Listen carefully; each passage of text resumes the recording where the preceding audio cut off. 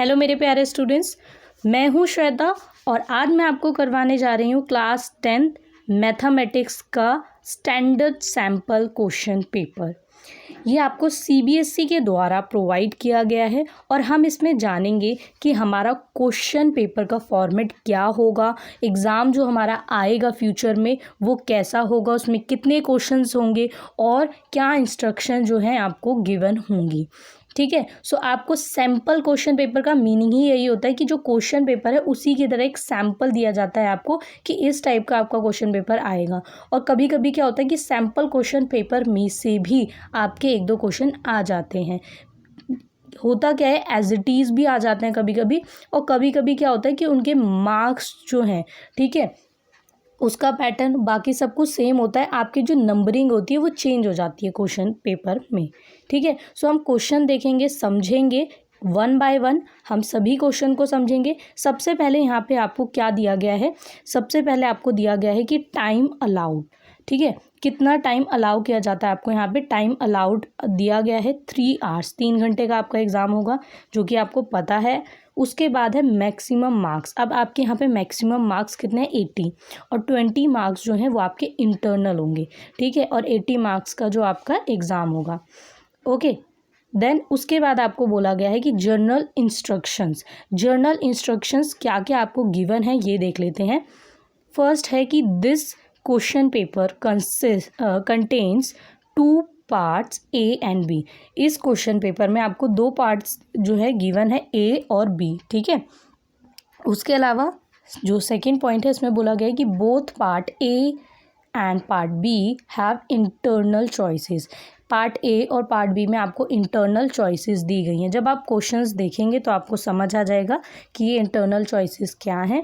और उसके अलावा यहाँ पे आपको पार्ट ए और पार्ट बी का भी जो फॉर्मेट है वो दिया गया है कि जो पार्ट ए है इसमें आपको बोला गया है कि इट कंसिस्ट 3, यहाँ पे 3 लिखा है बट ये 2 है। ठीक है, मैंने इसीलिए करेक्ट नहीं किया, कुछ चीज़ें आप जो है वहाँ पे समझ ले, जहाँ पे मिस्टेक है तो ज़्यादा बेटर है। तो यहाँ पे 2 होगा, 3 नहीं होगा। ठीक है, तो यहाँ पे बोला गया कि इट कंसिस्ट 3 सेक्शंस, तो यहाँ पे हो जाएगा 2 सेक्शंस। It consist 2 sections. आप देख सकते हैं कि 2 सेक्शन क्या है, फर्स्ट एंड सेकेंड दोनों सेक्शंस हैं पार्ट ए में। और उसके अलावा जो सेकंड पॉइंट है इसमें बोला गया है कि section first has 16 questions of 1 mark each. आपका जो सेक्शन फर्स्ट है इसमें आपको 16 क्वेश्चंस दिए गए हैं और हर क्वेश्चन जो है वो 1 मार्क का है। ठीक है। उसके अलावा बोला गया है कि internal choice is provided in 5 questions. तो 5 क्वेश्चंस में आपको इंटरनल चॉइस दी गई है। उसके अलावा आपको बोला गया है, जो थर्ड यहाँ पे आपका पॉइंट है उसमें आपको बोला गया है कि section second has 4 questions on case study. आपको मैथ्स में केस स्टडी दी गई है। ठीक है, सेक्शन सेकंड में। और यहाँ पे आपको क्या बोला गया है कि section second has 4 questions on case study. 4 question होंगे केस स्टडी पर आपके सेक्शन सेकंड में। Each case study has 5 case based सब पार्ट्स। हर एक केस स्टडी के 5 सब पार्ट्स होंगे। ठीक है। और उसके बाद आपको बोला गया है कि an examinee is to attempt any 4 out of 5 sub parts. आपको बोला गया कि अगर इसके 5 सब पार्ट्स आपको गिवन हैं, ठीक है, तो इसमें से आपको कोई भी 4 जो है वो करने हैं, जो भी आप एक अपनी मर्ज़ी से छोड़ सकते हैं। ओके, उसके बाद पार्ट बी दिया गया है। पार्ट बी में आपको बोला गया है कि क्वेश्चंस यहाँ पे आपको दिए गए हैं। ठीक है, अब कौन से क्वेश्चन कहाँ से कितने मार्क्स के ये समझाया गया है कि पार्ट फर्स्ट जो मतलब पार्ट फर्स्ट है ये तो आपने यहाँ समझ लिया। पार्ट बी जो है इसमें फर्स्ट पॉइंट है कि question number 21 to 26 are very short answer type questions of 2 marks each. जो 21 से लेकर 26 तक के क्वेश्चन हैं ये सभी question very short question answer हैं और इनके जो मार्क्स हैं वो आपको बताए गए हैं कि ये 2 मार्क्स का है, मतलब एक क्वेश्चन 2 मार्क्स का होगा। उसके बाद आपको बोला गया है, जो सेकेंड पार्ट है उसमें बोला गया है कि question number 27 to 33 are short answer type questions of 3 marks each. इसमें आपको बोला गया है कि 27 से 33 तक जो आपके क्वेश्चंस हैं ये सभी क्वेश्चंस 3 मार्क्स के हैं और ये शॉर्ट आंसर टाइप हैं। ठीक है, उसके बाद जो है आपका थर्ड पॉइंट यहाँ पे है कि क्वेश्चन नंबर 34 टू 36, 34 से 36 तक के जो क्वेश्चन है वो हैं लॉन्ग आंसर टाइप क्वेश्चंस और ये हैं 5 मार्क्स के। ठीक है, इसके अलावा आपको इन तीनों में एक और बात बता दूं मैं कि आप देख सकते हैं कि 6 क्वेश्चन है वेरी शॉर्ट, उसके बाद यहाँ पे भी 6 क्वेश्चन है, ये शॉर्ट टाइप है, और उसके बाद 3 क्वेश्चन है जो लॉन्ग आंसर टाइप क्वेश्चन है। ठीक है, 34, 35 और 36। ओके, उसके बाद लास्ट पॉइंट है कि internal choices provided in 2 questions of 2 marks. यहाँ पे इंटरनल चॉइस है आपके पास 2 क्वेश्चंस में 2 मार्क्स वाले, 2 क्वेश्चंस ऑफ 3 मार्क्स, जो 3 मार्क्स के 2 क्वेश्चन, यहाँ पे आपको बोला गया है कि 3 मार्क्स के 2 क्वेश्चन में भी है, यहाँ भी 2 क्वेश्चन में और यहाँ भी 2 क्वेश्चन में। ठीक है, 2 मार्क्स और 3 मार्क्स में। उसके अलावा बोला एंड 1 क्वेश्चन ऑफ 5 मार्क्स, जो 5 मार्क्स के हैं उसमें आपको सिर्फ एक ही क्वेश्चन में इंटरनल चॉइस दी गई है। ओके, सो यहाँ पे अब हमने इसका जो फॉर्मेट है वो समझ लिया। फॉर्मेट समझने के बाद अब हम देखेंगे कि क्वेश्चंस क्या हैं। ठीक है, मैं आपको जो क्वेश्चन पेपर है, सैम्पल क्वेश्चन पेपर, ये इसीलिए एक बार दिखा दे रही हूँ कि कैसा क्वेश्चन पेपर है, उसके बाद हम 1 बाय 1 क्वेश्चंस को समझेंगे। एक और बात वो ये कि मैं आपको इस वीडियो को एक साथ नहीं करवाऊंगी, मतलब सारे क्वेश्चंस जो हैं एक ही वीडियो में नहीं समझाऊंगी, क्योंकि आप जो है बहुत सारी चीज़ें जो हैं समझने में फिर आपको प्रॉब्लम होगी। ठीक है, तो यहाँ पे मिस ना हो जाए कोई पॉइंट, हम पार्ट्स में करेंगे क्वेश्चंस को। ठीक है, 1 मार्क्स के क्वेश्चंस जो हैं वो 16 क्वेश्चन है, उन्हें भी हम 2 पार्ट्स में करेंगे। उसके बाद 2 मार्क्स के क्वेश्चन, फिर 3 मार्क्स के, और फिर जो है आपके 5 मार्क्स के क्वेश्चन है वो करेंगे। ओके, तो सबसे पहले यहाँ पे आपको क्वेश्चन नंबर दिए गए हैं कि कौन कौन से क्वेश्चन है। उसके बाद पार्ट दिया गया है कि पार्ट फर्स्ट का सेक्शन फर्स्ट यहाँ पे स्टार्ट है, और कितने मार्क्स अलॉट किए जाएंगे किस क्वेश्चन के लिए, वो आपको यहाँ पे इस कॉलम में जो है गिवन है। उसके बाद जो है आपको बोला गया है कि सेक्शन फर्स्ट में यहाँ पे क्या लिखा है, section first has 16 questions of 1 marks each, internal choices provided in 5 questions. अब आप देख सकते हैं कि यहाँ पे आपको 2 चॉइसेस दी गई है, दोनों में से आपको कोई एक करना है। जो सबसे फर्स्ट क्वेश्चन है यहाँ पे और लिखा है, और का मतलब क्या होता है, बहुत सारे बच्चों को पता होगा, मैं फिर भी बता रही हूँ क्योंकि कुछ बच्चे हैं जिन्हें ये बात क्लियर नहीं होती। तो मैं आपको बता दूं कि अगर क्वेश्चन पेपर में कभी भी कहीं पे भी आप देखें ऐसे 2 क्वेश्चन लिखे हो और उनके बीच में और लिखा हो, इसका मतलब ये होता है कि आपको इन दोनों में से कोई एक अटैम्प्ट करना है। ओके, सो आप यहाँ पे इन दोनों में से कोई एक अटैम्प्ट कर सकते हैं, पर अभी आप सैम्पल क्वेश्चन पेपर कर रहे हैं, आपको सभी क्वेश्चन ट्राई करने होंगे। ये एग्ज़ाम की बात है कि आपको इन दोनों में से कोई एक करना होगा, लेकिन अभी आप प्रैक्टिस कर रहे हैं तो आपको दोनों के सॉल्यूशंस लिखने पड़ेंगे और दोनों को ही सॉल्व करना पड़ेगा। ओके, उसके बाद आप देख सकते हैं कि आपके पास सेकेंड क्वेश्चन है, इसमें आपको कोई भी चॉइस नहीं दी गई, इंटरनल चॉइस नहीं है, और आपको यहाँ पर मार्क्स भी गिवन है कि इन दोनों में से आप जो भी करते हैं, अगर जो भी एक क्वेश्चन करते हैं, ये भी 1 मार्क्स का है, ये भी 1 मार्क्स का है। ठीक है, तो दोनों में से जो भी करेंगे वो 1 ही मार्क्स का है। उसके बाद सेकंड क्वेश्चन है, ये भी 1 मार्क्स का है। देन इसके बाद आपको थर्ड क्वेश्चन दिया है, ये कितने मार्क्स का है, 1 मार्क्स का। फोर्थ क्वेश्चन 1 मार्क्स का, फिफ्थ क्वेश्चन 1 मार्क्स का। सो मार्क्स डिस्ट्रीब्यूशन आप इजीली देख सकते हैं। अब 6 क्वेश्चन के सामने 1 नहीं लिखा है, पर ये भी 1 मार्क्स का है। ठीक है, ये मिसप्रिंट हो गया, कोई बात नहीं, आपको पता है कि टाइपिंग में हो जाती है मिस्टेक्स। ठीक है, मैं आपको बार बार कहती हूँ, तो आपको ये ध्यान से क्वेश्चन पेपर देखना है और समझना है। फिफ्थ क्वेश्चन में आप देख सकते हैं आपको फिर से इंटरनल चॉइस दी गई है कि 2 क्वेश्चन है, दोनों में से कोई एक करना है। उसके बाद आप देख सकते हैं कि 6 क्वेश्चन में कोई भी चॉइस नहीं है, पर 7 क्वेश्चन में फिर से आपको 2 क्वेश्चंस दिए गए, कोई एक आपको जो है सॉल्व करना है, तो यहाँ पे भी आपको इंटरनल चॉइसेस देखने को मिलेंगी।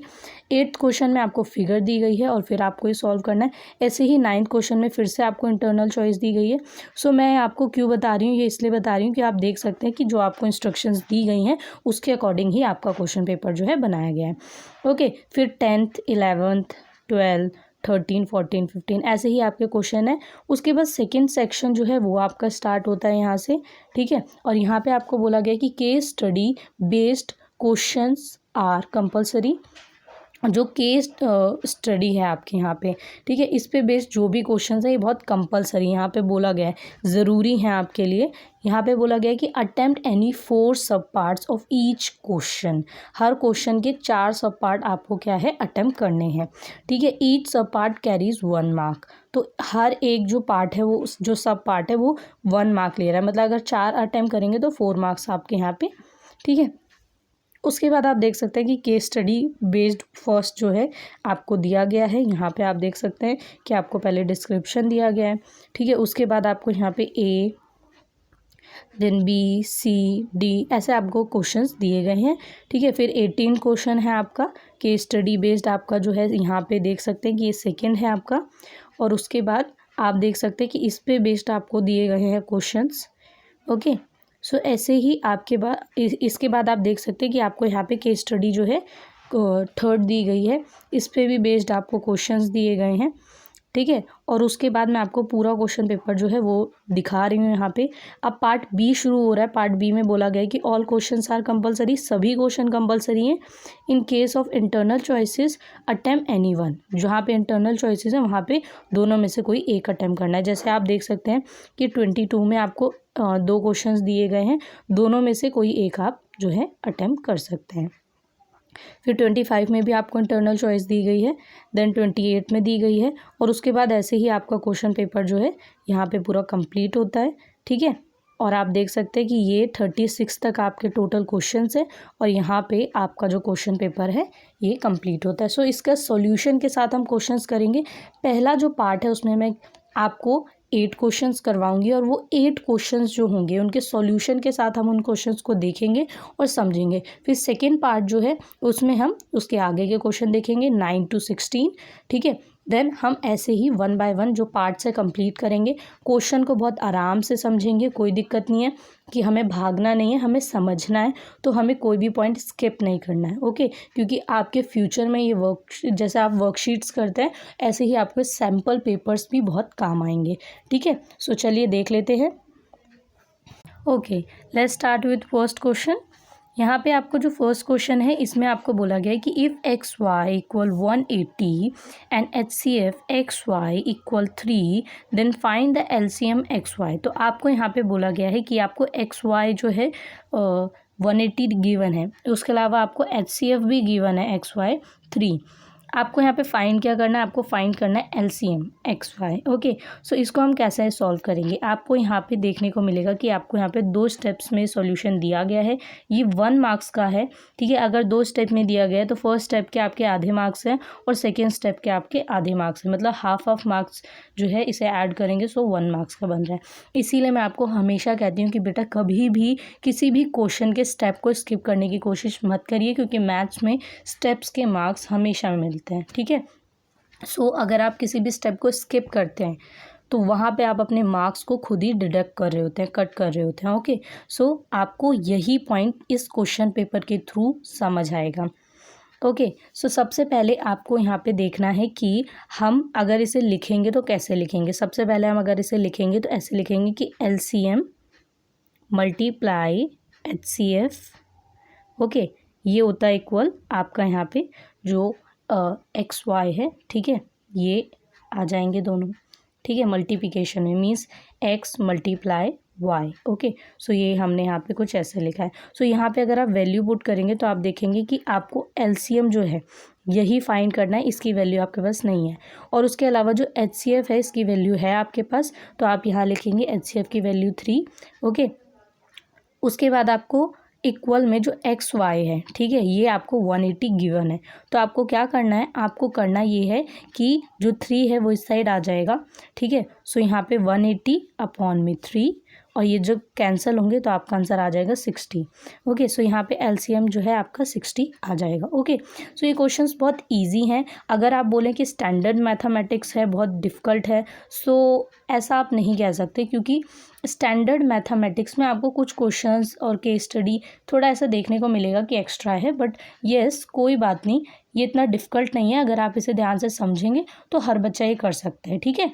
B positive, okay. So first question का जो सेकंड पार्ट है, मतलब इसमें आपको 2 क्वेश्चंस दिए गए हैं। फर्स्ट क्वेश्चन में कोई एक करना है आपको, तो फर्स्ट तो हमने समझ लिया। अब सेकंड क्वेश्चन देखेंगे। इसमें आपको बोला गया the decimal representation of 14,587 upon में 2 की पावर 1 मल्टीप्लाई 5 की पावर जो है यहाँ पे 4 है, will terminate after how many decimal places. तो आपको ये बताना है कि कितने प्लेसेस के बाद ये टर्मिनेट करेगा। सो आपको यहाँ पे देखना है कि 5 की जो पावर है वो है 4, तो आपको मैक्सिमम पावर देखनी है और मैक्सिमम पावर यहाँ पे क्या है 4 है। 2 की पावर 1 मल्टीप्लाई 5 की पावर 4, तो मैक्सिमम पावर क्या है 4 है। सो आपको यहाँ पे बोला गया है ना कि will terminate after how many decimal places, तो यहाँ पे आप लिखेंगे 4 डेसिमल प्लेसेस। ओके, सो ये आंसर बहुत इजी है, इसमें आपको सिर्फ इतना ही पॉइंट है, तो आप इसको लिखेंगे तो आपका आंसर जो है 1 मार्क्स आपको डायरेक्ट मिल जाएगा। ओके, जैसे फर्स्ट क्वेश्चन में आपके 2 स्टेप्स है, तो ये दोनों आपको लिखने पड़ेंगे, तभी आपको आधे आधे मिलेंगे। अगर आप सिर्फ आंसर लिखते हो तो आपको आधे मार्क्स ही मिलेंगे। ओके, उसके बाद हम आ जाते हैं सेकेंड क्वेश्चन पे। तो चलिए सेकेंड क्वेश्चन देख लेते हैं। If the sum of the zeros of the quadratic polynomial 3x square minus kx plus 6 is 3, then find the value of k। आपको यहाँ पे बोला गया है कि if the sum of the zeros का सम जो है यहाँ पे quadratic polynomial दिया गया है आपको 3x square minus kx plus 6 is 3, then find the value of K. तो आपको के की यहाँ पे वैल्यू जो है वो फाइंड करनी है। ओके, सो आपको के की अगर वैल्यू फाइंड करनी है तो आप क्या करेंगे, यहाँ पे आपने पढ़ा होगा कि अल्फ़ा प्लस बीटा, ठीक है, इक्वल यहाँ पे हो जाएगा माइनस बी अपॉन में ए। ओके, सो आपने पढ़ा होगा, तो आप क्या करेंगे, यहाँ पे माइनस बी जो है इसकी वैल्यू और जो ए है इसकी वैल्यू आप यहाँ से क्वाड्रेटिक पॉलिनोमियल से लिखेंगे। आपने क्वाड्रेटिक इक्वेशन पढ़ी हुई है। सो इसमें आप क्या देखेंगे कि आपका यहाँ पे जो वैल्यू आएगी वो कुछ ऐसा आएगी कि अल्फ़ा प्लस बीटा इक्वल के जो है यहाँ पे आप देखेंगे कि डायरेक्ट के लिखा हुआ है, पर अगर आप ध्यान से देखें तो ये कुछ ऐसे होगा कि अल्फ़ा प्लस बीटा इक्वल यहाँ पे आप देखेंगे कि माइनस और उसके बाद जो के है यहाँ पे वो माइनस का के है, ठीक है, और अपॉन में क्या आ जाएगा यहाँ पे 3 आ जाएगा। अब माइनस से माइनस कैंसिल हो जाएगा तो यहाँ पे सिर्फ के बचेगा। ठीक है, तो मैंने ये आपको इसलिए बताया क्योंकि जब एग्ज़ाम में आप जाएंगे और यहाँ पे प्लस है माइनस है, ठीक है, अगर कोई और वैल्यू है और वहाँ पे आप यूज़ कर रहे हैं, सो आपको ये पता होना चाहिए। ओके, सो यहाँ पे आप देखेंगे कि क्या हो गया कि अल्फ़ा प्लस बीटा इक्वल के अपॉन में 3, और यहाँ अल्फ़ा प्लस बीटा क्या है आपको गिवन है 3, ठीक है, इज़ 3। सो आपने यहाँ पे 3 लिख लिया अल्फ़ा प्लस बीटा की जगह, और उसके अलावा आपने यहाँ पे लिखा कि के अपॉन में 3। अब ये जो 3 है वो इस साइड आ जाएगा और मल्टीप्लाई हो जाएगा, तो यहाँ पे क्या हो जाएगा 3 मल्टीप्लाई 3 इक्वल 9, देन आपका जो के की वैल्यू है वो आ गई 9। ओके, सो यहाँ पे आपको देखने को मिलेगा कि सबसे पहले जो आप पहला स्टेप लिख रहे हैं अल्फ़ा प्लस बीटा इक्वल के अपॉन में 3, यहाँ तक जो आप लिखेंगे उसके आधे मार्क्स है। उसके बाद जब आप सॉल्व करके आंसर लेके आएंगे सो उसके आधे मार्क्स है, तो ये दोनों स्टेप आपको लिखने पड़ेंगे। ठीक है, सो मैं आपको स्टेप बाय स्टेप हर चीज़ बता रही हूँ क्योंकि आप लोगों को जब एग्ज़ाम में आप जाते हैं और सॉल्व करते हैं, कुछ बच्चे कहते हैं कि मैम हमने सारे आंसर सही किए पर हमारे मार्क्स हमारे दोस्त से क्यों कम है। ठीक है, छोटी क्लासेस में तो आप मैम के पास पहुँच जाते हैं, पर इन बड़ी क्लासेस में आपके पेपर कौन चेक कर रहा है, ठीक है, बाहर जाते हैं पेपर, ठीक है, किस टीचर के हाथ में आ रहे हैं आपको नहीं पता। लेकिन अगर आपने प्रॉपरली पेपर किया है तो किसी के भी हाथ में जाए, ठीक है, आपके जो आंसर्स होते हैं उनके मार्क्स आपको वही मिलने हैं अगर आपने स्टेप सही किए हैं तो। ओके, देन आपका जो थर्ड क्वेश्चन है वो है कि for what value of k the pair of linear equations 3x plus y equal 3 and 6x plus k y equal 8 does not have a solution. तो यहाँ पे आपको बोला गया है कि आपको क्या गिवन है कि आपको के की वैल्यू बतानी, ठीक है, फॉर व्हाट वैल्यू ऑफ के, हम के की वैल्यू आपको बतानी है। यहाँ पे normally the pair of linear equation, आपको 2 पेयर्स दिए गए हैं, ठीक है, और यहाँ पे बोला does not have a solution. ठीक है, सो हम इसमें क्या करेंगे, इसमें आप देखेंगे सबसे पहले अगर आप देखें तो इसमें आपका जो फर्स्ट स्टेप है, ठीक है, ये कैसे आया है मैं आपको बता दूं कि a1 अपॉन में a2 इक्वल b1 अपॉन में b2, ठीक है, और इसके बाद आएगा नॉट इक्वल c1 अपॉन में c2। ठीक है, तो ये a1 यहाँ पे आपका है 3, ठीक है, और उसके अलावा मतलब 3x आप देख सकते हैं, और जो आपका यहाँ पे a2 है वो क्या है आपका यहाँ पे 6 जो है। उसके बाद यहाँ पे y जो है, y मतलब आप कह सकते हैं कि 1, ठीक है, तो ये आपका b1 हो जाएगा, और यहाँ पे ky है, ठीक है। सो यहाँ पे आप जो B2 कहेंगे वो आ जाएगा K। और उसके अलावा आपको देखने को मिलेगा कि जो C है, C1 और C2, तो वो यहाँ पे 3 और 8 है, ठीक है।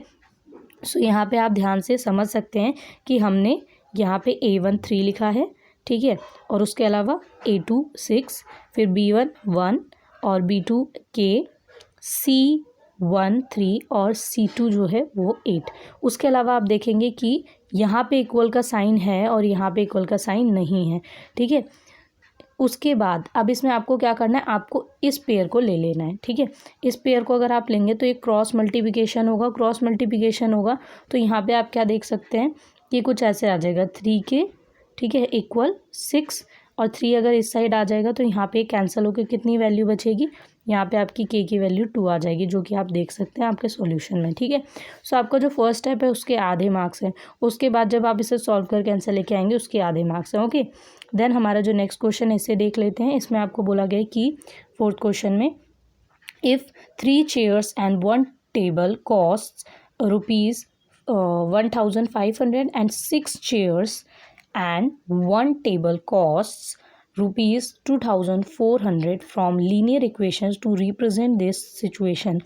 आपको इसमें बोला गया है कि आपको लीनियर इक्वेशन एक तरीके से फॉर्म करनी है, बनानी है, ठीक है। इन दोनों सिचुएशंस की पहली सिचुएशन ये है और दूसरी सिचुएशन ये है, ठीक है। तो सबसे पहले आपको बोला गया है कि 3 चेयर्स, तो आप लिखेंगे 3x, उसके बाद बोला है 1 टेबल, तो आप यहाँ पे जो है प्लस में y, और बोला गया कि इन दोनों की जो कॉस्ट है कि अगर 3 चेयर्स और 1 टेबल की कॉस्ट कितनी है 1500, सो यहाँ पे आप इनकी कॉस्ट लिख देंगे, ठीक है। ऐसे आपकी फर्स्ट इक्वेशन बनेगी। देन ऐसे ही सेकेंड इक्वेशन बनेगी कि 6 चेयर्स, सो 6x, ठीक है, क्योंकि चेयर्स और चेयर्स के लिए आपने x यूज़ कर लिया, टेबल के लिए आपने y यूज़ कर लिया, ठीक है। सो 6x प्लस और 1 टेबल बोला है तो यहाँ पे आप y लिखेंगे। देन आपको 2400 बोला गया, सो इक्वल में आप ये लिख लेंगे, ठीक है। सो आपकी दोनों इक्वेशन यहाँ पे कंप्लीट हो जाएंगी। अब ये दोनों इक्वेशन बनेंगी और आपको इसको लिखना कैसे सॉल्यूशन में, ये भी मैं दिखा दे रही हूँ आपको क्वेश्चन में, ठीक है। जो सॉल्यूशन है आपका, let the cost of 1 chair की आपको कॉस्ट जो है यहाँ पे शो करनी है कि ₹x, ठीक है। और उसके बाद यहाँ पे and the cost of 1 table की कॉस्ट आपको यहाँ पे y शो करनी है, ₹y, ठीक है। सो ये आपकी जो है फर्स्ट स्टेप के जो मार्क्स है वो है हाफ, और उसके बाद जो आपकी इक्वेशंस बन जाएंगी इनके मार्क्स आपको यहाँ पे हाफ मिलेंगे, ओके। सो इक्वेशन मैंने आपको समझा दी। ये स्टेप भी आपको इसलिए लिखना है जिससे आप ये बता सकें, ये आपकी स्टेटमेंट है जो आप अच्छे से लिख के अपने क्वेश्चन को प्रेजेंट करेंगे, सो ये लिखना भी ज़रूरी है, ओके। उसके बाद आप ये ज़रूर देख सकते हैं कि 1 मार्क्स के क्वेश्चन में भी आप सॉल्यूशन कितने अच्छे से लिख रहे हैं और शो कर रहे हैं, ठीक है। तो आपको 1 मार्क्स में अगर इतने अच्छे सॉल्यूशन लिखना है तो आप समझ सकते हैं कि हाँ 5 मार्क्स के क्वेश्चन या 3 मार्क्स के हैं तो उसे और अच्छे से कैसे लिखना होगा, ठीक है। देन आपका जो नेक्स्ट क्वेश्चन है, क्वेश्चन 5th, इसमें आपको बोला गया है कि which term of the AP 27, 24, 21, is 0। तो आपको यहाँ पे बोला है कौन सी टर्म होगी जो 0 आएगी, ठीक है। आप देख सकते हैं कि 27 है, फिर 24, फिर 21, तो आपको बोला गया है कि अब बताइए कि ऐसी कौन सी टर्म आएगी जो कि अब 0 आएगी, तो वो टर्म बतानी है आपको। सो इसका सॉल्यूशन, सो इस सॉल्यूशन में सबसे पहले आपको फॉर्मूला लिखना है, ठीक है। आपको an बता रखा है 0, ये आप देख सकते हैं। उसके अलावा आपको बोला गया है जो a है वो आपकी फर्स्ट, जो भी मतलब फर्स्ट नंबर होता है वो आप लिखते हैं, ठीक है। ये है 27। देन आपको यहाँ पे nth टर्म ही निकालनी है, तो nth की आपके पास वैल्यू नहीं है। जो d है, d का मतलब होता है डिफरेंस, तो आपको क्या करना है कि a2 माइनस a1 होता है जब आप d निकालते हैं। तो यहाँ पे आप देखेंगे कि a2 आपको 24 दे रखा है, ठीक है, 24, और जो a1 है वो आपको 27 दे रखा है। तो यहाँ पे आप क्या करेंगे कि 24 माइनस 27 दोनों को माइनस करेंगे, सो आंसर आ जाएगा 3, और बड़े नंबर का साइन आता है वो आ जाएगा माइनस का, ओके। सो यहाँ पे -3 आ जाएगा। अब आपको क्या करना है, 27 जो है वो इस साइड आ जाएगा, और उसके अलावा जब आप इसको सॉल्व करेंगे n-1, ठीक है, और -3, ठीक है, तो इसको आपको इससे भी मल्टीप्लाई करना है और इसको इससे मल्टीप्लाई करना है। सो यहाँ पे आपका जो आंसर आ जाएगा उस आंसर में आपको देखना क्या है कि ये आ जाएगा कि -3n, और यहाँ पे आ जाएगा प्लस का 3, तो ये प्लस का 3 जो है वो इस साइड जाके, ठीक है, 27 प्लस 3 जो है ये क्या हो जाएगा, ऐड हो जाएगा, ठीक है। सो ये दोनों ऐड हो जाएंगे। सो उसके बाद आपका यहाँ पे जो बचेगा वो कुछ हो जाएगा कि 30 = 3n, और जब ये 3 इससे कैंसिल होगा तो आपके यहाँ पे टर्म आ जाएगी, nth टर्म 10, ठीक है। सो इसके बाद आपको जो है फिफ्थ क्वेश्चन का सेकेंड पार्ट है, in an arithmetic progression if d = -4, n = 7, an = 4, then find a। Okay, so यहाँ पे आपको a फाइंड करना है। a कैसे फाइंड करेंगे, आपको डिफरेंस दिया गया है, nth टर्म दी गई है और an गिवन है। सो आपको करना क्या है कि फिर से ऐसे ही फार्मूला लिखना है और फार्मूले में जो वैल्यूज़ गिवन है वो पुट करनी है और सॉल्व कर देना है। सो an आपको 4 गिवन है, a जो है ये आपको फाइंड करना है, n जो है आपको गिवन है 7, और 7 में 1 माइनस करेंगे तो आंसर 6 आ जाएगा। तो यहाँ पे आप देख सकते हैं कि 6 लिखा हुआ है, और d जो है वो आपको यहाँ पे यहाँ पे आप देख सकते हैं कि d आपको -4 गिवन है, तो यहाँ पे आप -4 लिखेंगे, ठीक है। और जब आप इसे सॉल्व करेंगे तो आप क्या देखेंगे कि a जो है वो इस साइड आ जाएगा और 4 इस साइड आ जाएगा, ठीक है। और ये सॉल्व होकर आपका यहाँ पे आंसर आ जाएगा a = -28। ओके, सो यहाँ तक आप खुद सॉल्व कर सकते हैं, ये बहुत ईजी है। देन इसके बाद जो है आपका नेक्स्ट क्वेश्चन वो है question 6, for what values of k the equation 9x square plus 6kx + 4 = 0 has equal roots. तो आपको यहाँ पे क्या करना है, आपको इस 6th क्वेश्चन में इक्वेशन दी गई है, ठीक है। इस इक्वेशन में आपको बोलना है कि आपको k की वैल्यू बतानी है, ठीक है। इक्वल रूट्स आप खुद दिए हैं, तो यहाँ पे आपको क्या करना है, आप देखेंगे कि जो a है, ठीक है, ये यहाँ पे a क्या है 9, b जो है वो है यहाँ पे 6k, और जो c है, ठीक है, c क्या है, c यहाँ पे है 4। सो आपको क्या करना है, आपको यहाँ पे फॉर्मूला अप्लाई करना है, b² - 4ac, ओके, = 0। सो आप ये अप्लाई करेंगे और आप देखेंगे कि b², तो b² में आप देख सकते हैं कि 6k क्या है, b है, तो b², तो 6k², उसके बाद -4ac है, ठीक है। तो 4 आपने लिखा है यहाँ पे, और जो a है वो है 9, और जो c है, ठीक है, वो क्या है यहाँ पे 4। सो आप देखेंगे कि ये कुछ ऐसे आपने लिखा, ठीक है, = 0।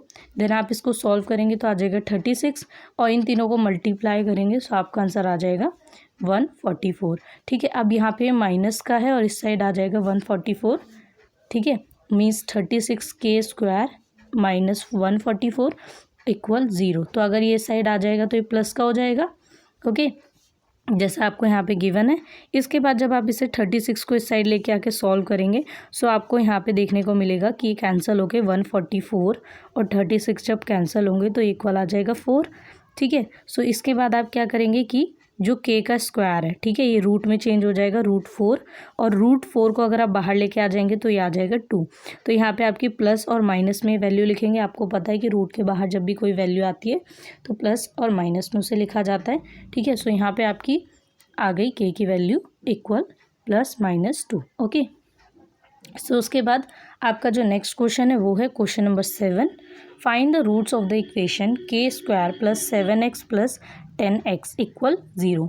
और इसमें आपको 2 क्वेश्चन दिए गए हैं, तो पहला क्वेश्चन जो है सॉल्व कर लेते हैं।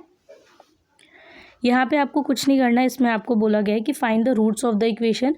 आपको x की यहाँ पे वैल्यू एक तरीके से फाइंड करनी है, ठीक है। तो आप क्या करेंगे, सबसे पहले आप यहाँ पे लिखेंगे जो आपको इक्वेशन गिवन है, ये लिखेंगे x² + 7x + 10 = 0। और इसमें आपको क्या करना है, जो 7x है इसे स्प्लिट कर देंगे, ठीक है। स्प्लिटिंग टर्म आपने पढ़ी होगी, जैसे मिडल नंबर है तो इसे स्प्लिट करेंगे। सो ऐसे नंबर में स्प्लिट करना होता है कि जब आप इसे सॉल्व करेंगे आगे तो आप कॉमन जो है वो ले सकें नॉर्मली।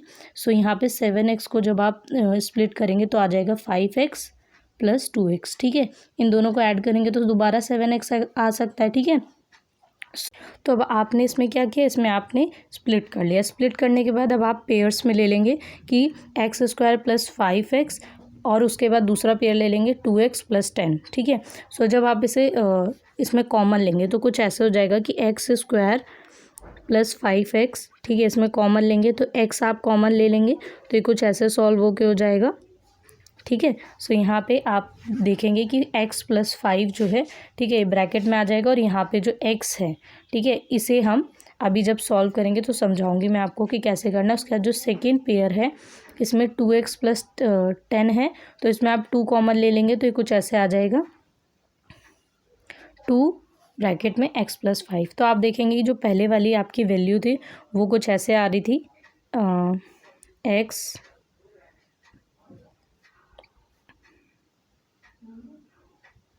ठीक है। तो अब आप देखेंगे कि x प्लस 5 और x प्लस 5 ये सेम आना चाहिए। अगर सेम आ रहा है तो इसका मतलब आपने सही किया है। तो यहाँ पे x प्लस 2 ये आप लिखेंगे, ठीक है, x प्लस 2 तो ये आ जाएगी आपके यहाँ पे एक जो है ब्रैकेट में वैल्यू और दूसरी आ जाएगी x प्लस 5, ठीक है। सो इसको जब सॉल्व करेंगे सो आपको यहाँ पे x की वैल्यू मिल जाएगी x इक्वल -5, ठीक है, क्योंकि यहाँ पे आपने x प्लस जैसे मान लीजिए x प्लस 2 लिखा है इक्वल 0। सो जो ये 2 है ये साइड आ जाएगा तो माइनस का 2 हो जाएगा। सो यहाँ पे आप देख सकते हैं कि x इक्वल -2 और x इक्वल -5। ऐसे ही आप जो इसका सेकेंड क्वेश्चन करेंगे वो है for what values of a quadratic equation 30ax square minus 6x plus 1 equal 0 has no real roots. So जब आप इसको सॉल्व करेंगे तो आपने क्या किया, जो आपको इक्वेशन गिवन है, ठीक है, ये आपने यहाँ पे लिखी और उसके बाद आप क्या देखेंगे कि आपने यहाँ पे b स्क्वायर माइनस 4ac, ठीक है, और उसके अलावा जो है आप देखेंगे कि आपने इसमें कुछ ऐसे लिख लिया, ठीक है।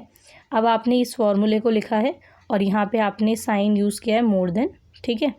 सो यहाँ पे आपको क्या करना है, आपका जो b स्क्वायर है वो यहाँ पे आप देख सकते हैं b क्या है 6, तो आपने यहाँ पे लिख दिया है, ठीक है, b का स्क्वायर किया है और ये माइनस का है -6 तो यहाँ पे -6 का स्क्वायर कर दिया है।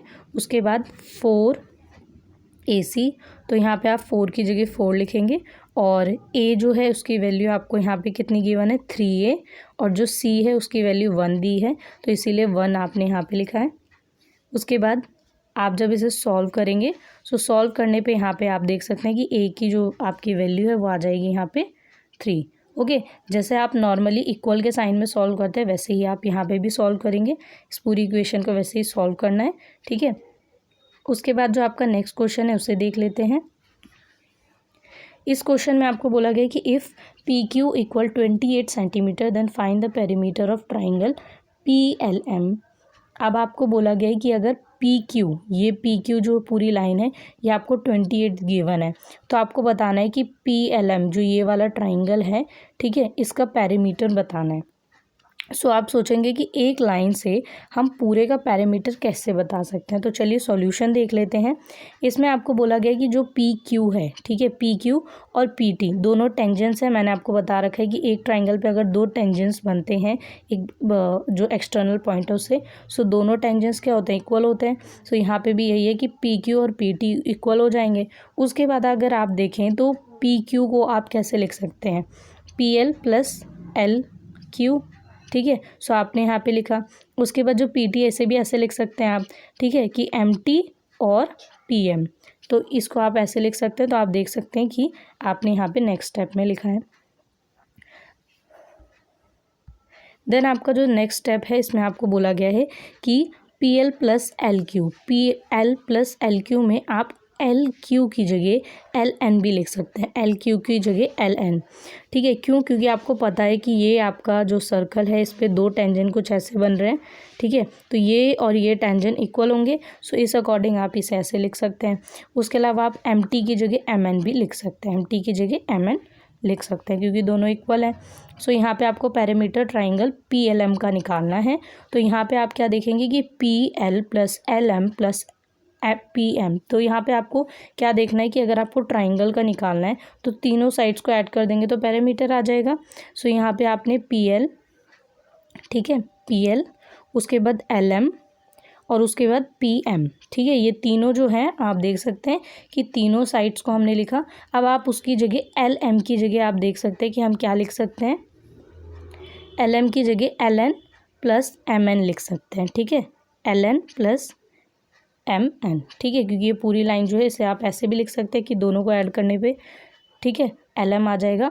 सो यहाँ पे आप क्या देखेंगे कि PL प्लस LN और MN प्लस PM, ठीक है। इसको अगर आप देखें तो यहाँ पे आपने अभी इस इक्वेशन को प्रूव किया है कि ये जो है दोनों, ठीक है, ये इक्वल है। सो आप इसे 2 बार लिखने की जगह एक बार सिंगल लिख सकते हैं, सिंगल टाइम। तो यहाँ पे यही किया गया है कि हमने इसे 2 से मल्टीप्लाई किया है, क्योंकि PL प्लस LN और MN प्लस PM जो है वो यहाँ पे अभी आपने प्रूव किया है पहले, ठीक है, कि ये जो है इक्वल है।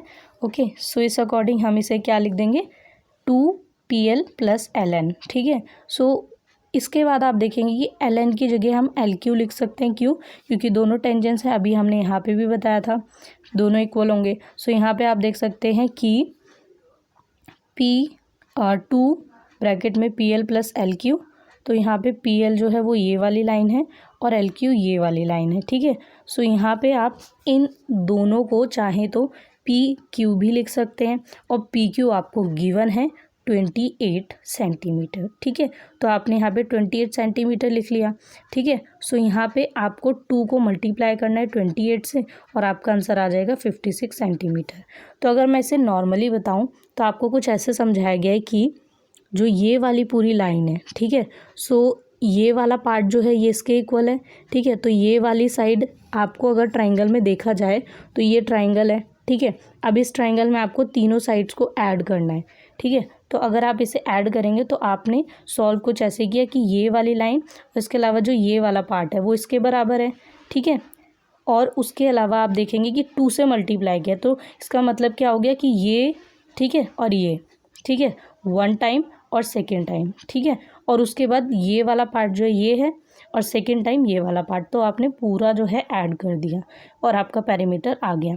जिन बच्चों ने ध्यान से क्वेश्चन देखा है उन्हें मेरी समझाई हुई बात बहुत अच्छे से समझ आई होगी। अब जो है हम बाकी के क्वेश्चन नेक्स्ट पार्ट में करेंगे, ठीक है। 8 क्वेश्चंस ही आपको मैंने बहुत अच्छे से समझाए हैं। जिन बच्चों ने सैम्पल पेपर ध्यान से समझा होगा उनको बहुत अच्छे से समझ आया होगा कि उन्हें एग्ज़ाम कैसे अटैम्प्ट करना होता है, ठीक है। सो बाय बाय स्टूडेंट्स, और अगर आपको ये वीडियो पसंद आई है तो कमेंट करके ज़रूर बताएं।